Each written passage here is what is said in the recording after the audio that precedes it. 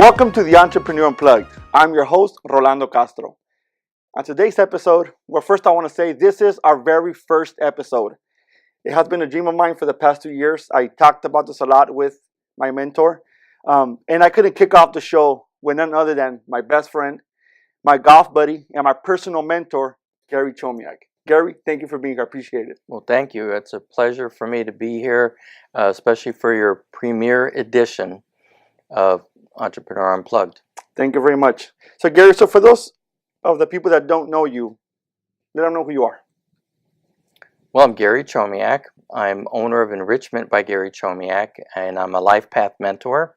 What I do is I help business owners and entrepreneurs to be able to connect their core values with what they do in their business. In other words, I help them get in touch with their dream and help them make it a reality. So that's basically what I do. Great.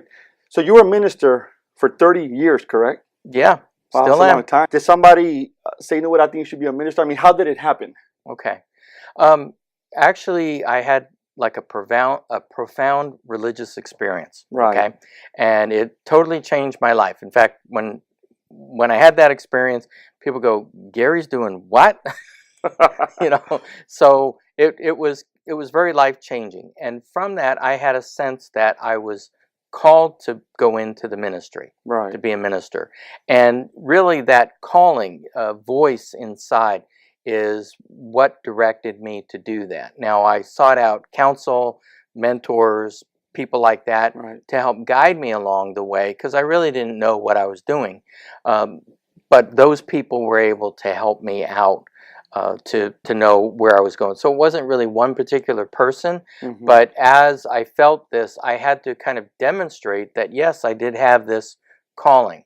So I finished my college education. I went to seminary. So that's a total of 7 years of formal education. And then I had to pass a variety of tests about my knowledge and experience. And then when I finished all of that, they said, okay, and during those 7 years, there was a lot of doubt in me whether or not I could do that. But, Yeah, right. but so I would say it's a calling. It was something inside of me that was telling me, do this, do this. Fast forward. You're an entrepreneur now. Yes. So looking back at 30 years worth of experience, now you're a life path mentor. You're owner of Enrichment by Gary Chomiak, which I'll allow you to discuss exactly what you do. But what was that moment again? They said, you know what? I don't want to do the ministry anymore. I want to go in business for myself. What was that aha moment? Were you like, you know what? I could do this. I began to sense that I wasn't able to do enough by just being a minister. I mean, it's a great calling. It's a great thing to do. But I wanted to do more. I felt like I was enclosed within a certain community. Something was missing, right? Yeah, and I felt that I wanted to move that out beyond that community into the world, more or less. And so I had left the ministry around 2000. I was in the financial service industry. Again, I was doing it to help people. And while I was doing that, I picked up golf.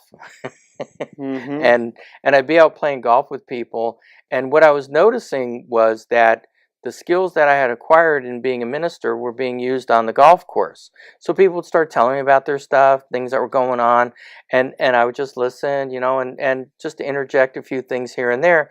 And as the economy was going bad a few years ago, I was losing clients. I was losing them, I mean, they were all cashing in their IRAs, and they were, I'm like, okay, I can't get clients and I'm losing the ones I got.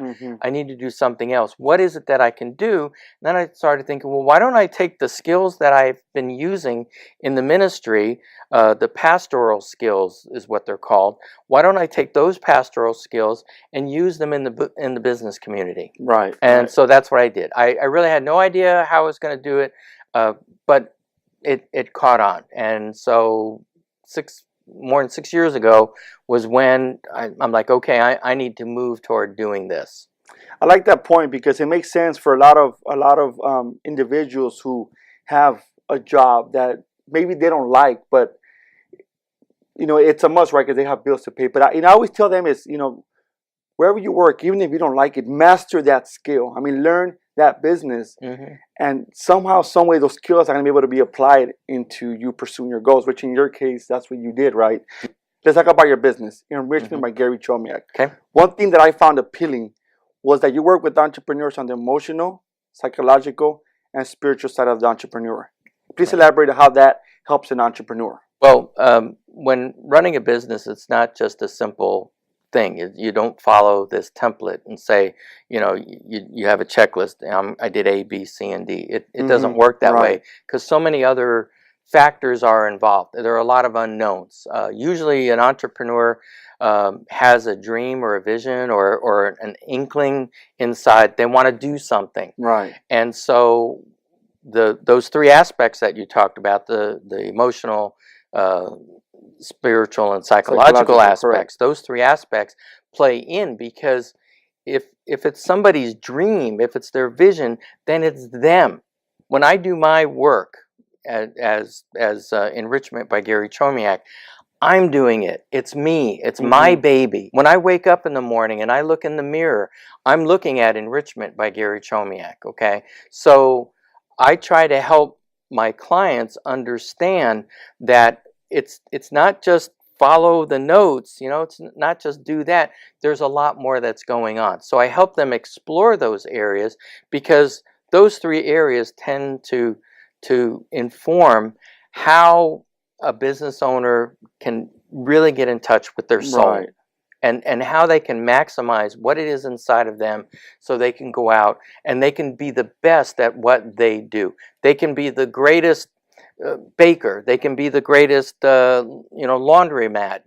They could be the greatest car wash owner. They can be the best in that, because it's them. It's their baby. But there are like 7.1 billion people in the world. That's what last time I checked. That right? was the number. So there's no two people alike out of that 7.1 billion.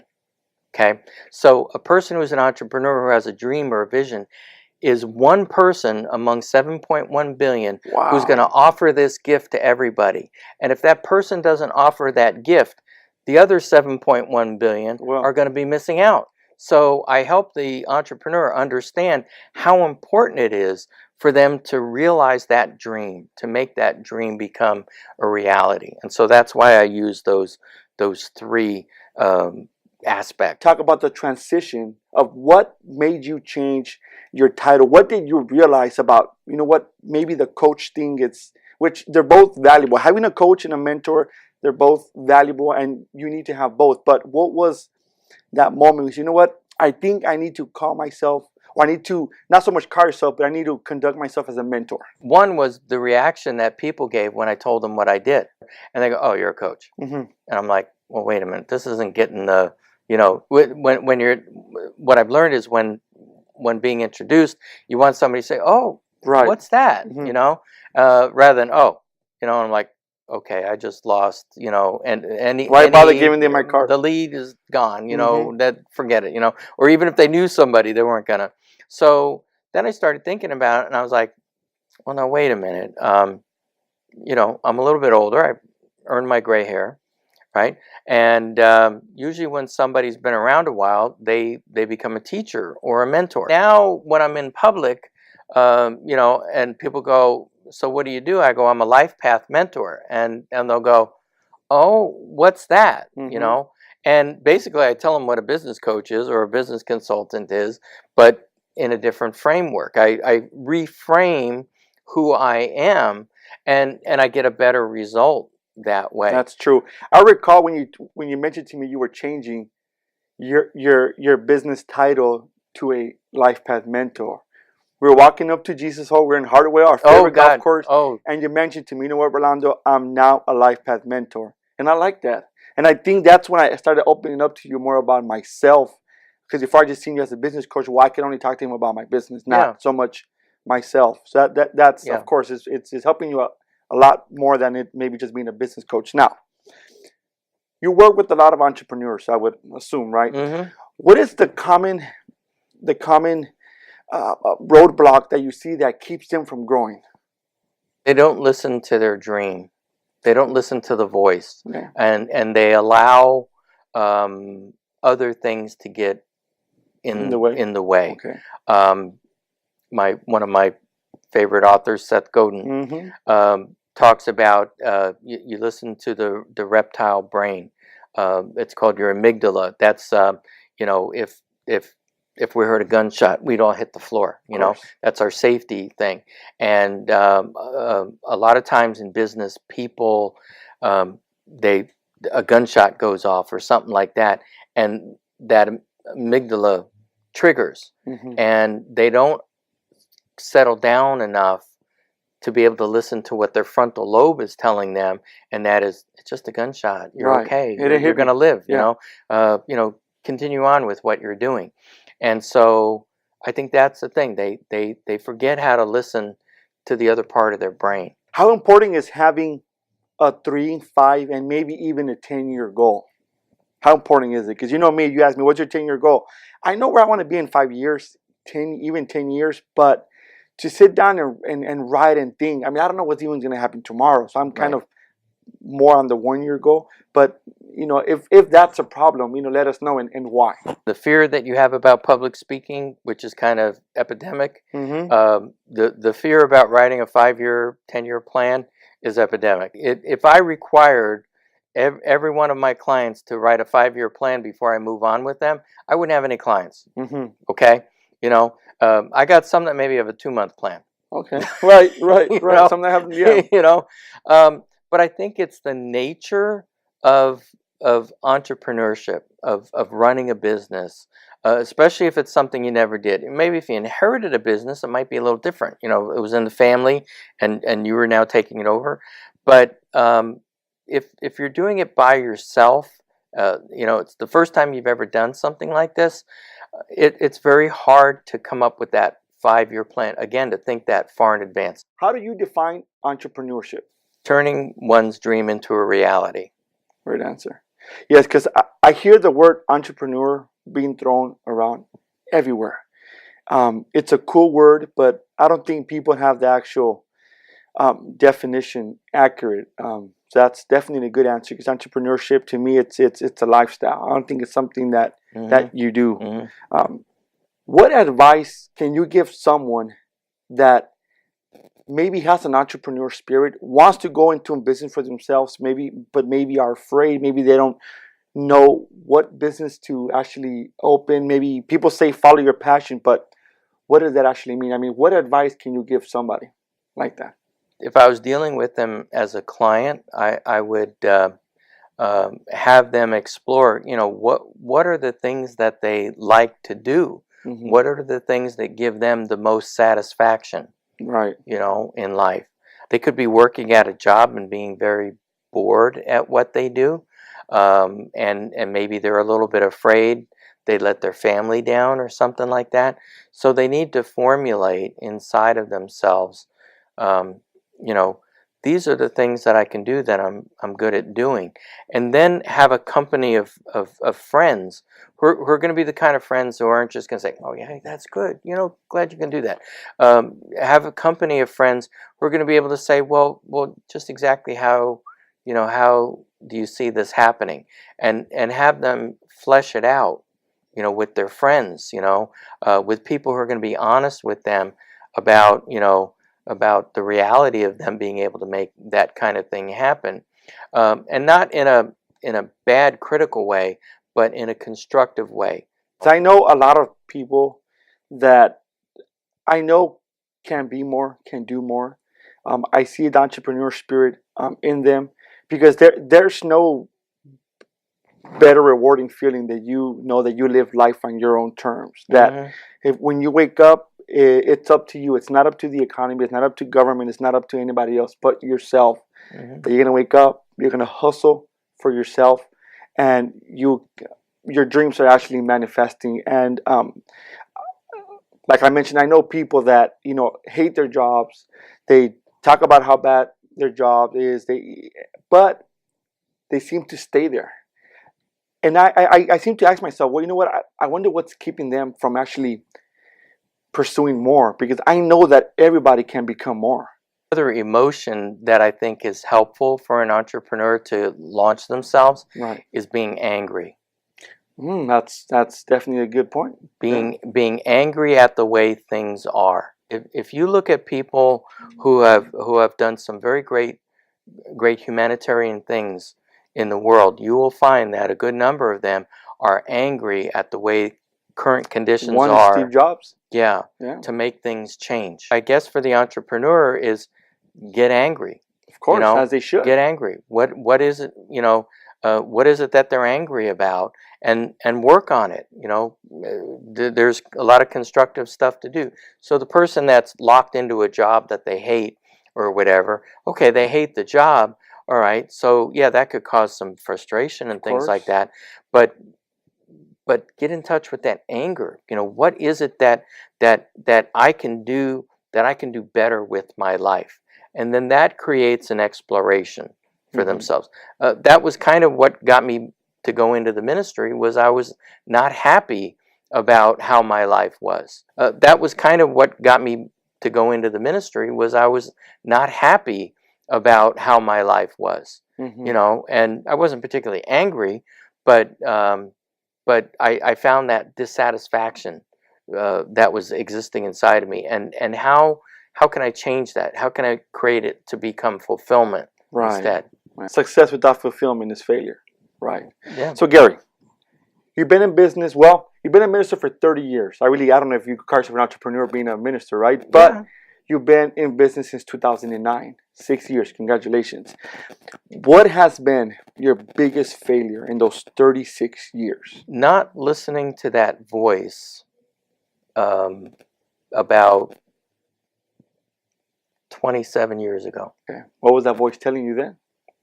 To take another position, and I didn't listen. So you were unsatisfied where you were, and that voice was saying, well, hey, Gary, maybe you could do more. Yeah, I was okay in that position, but I knew it wasn't going to be a long-term position.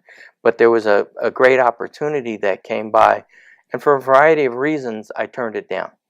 Okay. I didn't do it. And as I look back, I thought, I was thinking to myself, in fact, within the last few months, that, that would have been a change. My career path in terms of being a minister would have changed then, because it would have elevated me to a particular level that I wasn't at where I was. So the point is that you're going for, it's follow your intuition. Yes. Yeah. Follow your gut, your gut feeling, right? And for me, in my personality, my strongest trait is being intuitive. And it's those times I didn't listen to my intuition, to that voice that I call it, and that voice has been with me all my life. Yeah. If I didn't listen to that, if I don't listen to that voice, I regret it. Even though it seems like the craziest, harebrainedest thing in the world to do, I still listen to that voice. And even today, I'm listening to that voice, and I'm going, okay, voice, I'm listening. Now what the hell's going on? But I'm listening. So it was 27 years ago. I didn't listen to that voice and follow it, and do what it said. What have you learned in your whole 36 years of, including being a minister and being a life path mentor? What's the biggest lesson you've learned? Our greatest resource is people, and that we're here on earth to nurture those people, because they become a resource for us. Of course, it's about relationships. A lot of people and that I meet are want to be your friend, want something from you that only benefits them. And it's unfortunate that that's a society we live in. And people don't understand the power that a great connection could have. And it's not about quantity, it's about quality. Yep. Great. Gary, what's your favorite book? There's two, but I'm just going to pick one. It was actually the book that I had read when I transitioned out of the ministry. Okay. And it's called The Heart Aroused. The Heart Aroused by David White, and his last name spelled W-H-Y-T-E. Okay. Gary, all good things must come to an end. Unfortunately, we're getting towards the end of our show. But I got a bonus round, the Unplugged round. This is where it's mics are off, let it all out. All right. Okay. What's the best piece of advice that you've received? Even though the work that I do is serious work, don't take yourself too seriously. Awesome. And a lot of us tend to do that. We're too hard on ourselves. Mm-hmm. If we don't reach our goals, if things don't come out as we've imagined, we're hard. I know I'm hard on myself, and that's definitely good advice. I'll take that advice. Okay. What's your biggest pet peeve? Personal or business? It has to do with my temperament. Okay. Mm. Which is? I'm an extroverted, intuitive thinking judger. Great. Okay, and it's the intuitive thinker temperament. I'm very hard on myself when I do something wrong. Okay, I beat myself up. I see that on the golf course. Yeah. Okay, and it's all inside. Yeah. So if somebody comes along and tells me what I did wrong after I've beat myself up, Mm-hmm. I'm ready to beat them up. Okay, it's nothing personal. It's like adding, because I've already done it. Right. It's like I know I did something wrong. What are you telling me? But then I got to realize it's all internal. But that's my personal pet peeve is people who provide unsolicited advice. Like you had on your radio show. Yes, yeah. Right. Unsolicited advice. I didn't ask that. Yeah, great. What did you regret the most?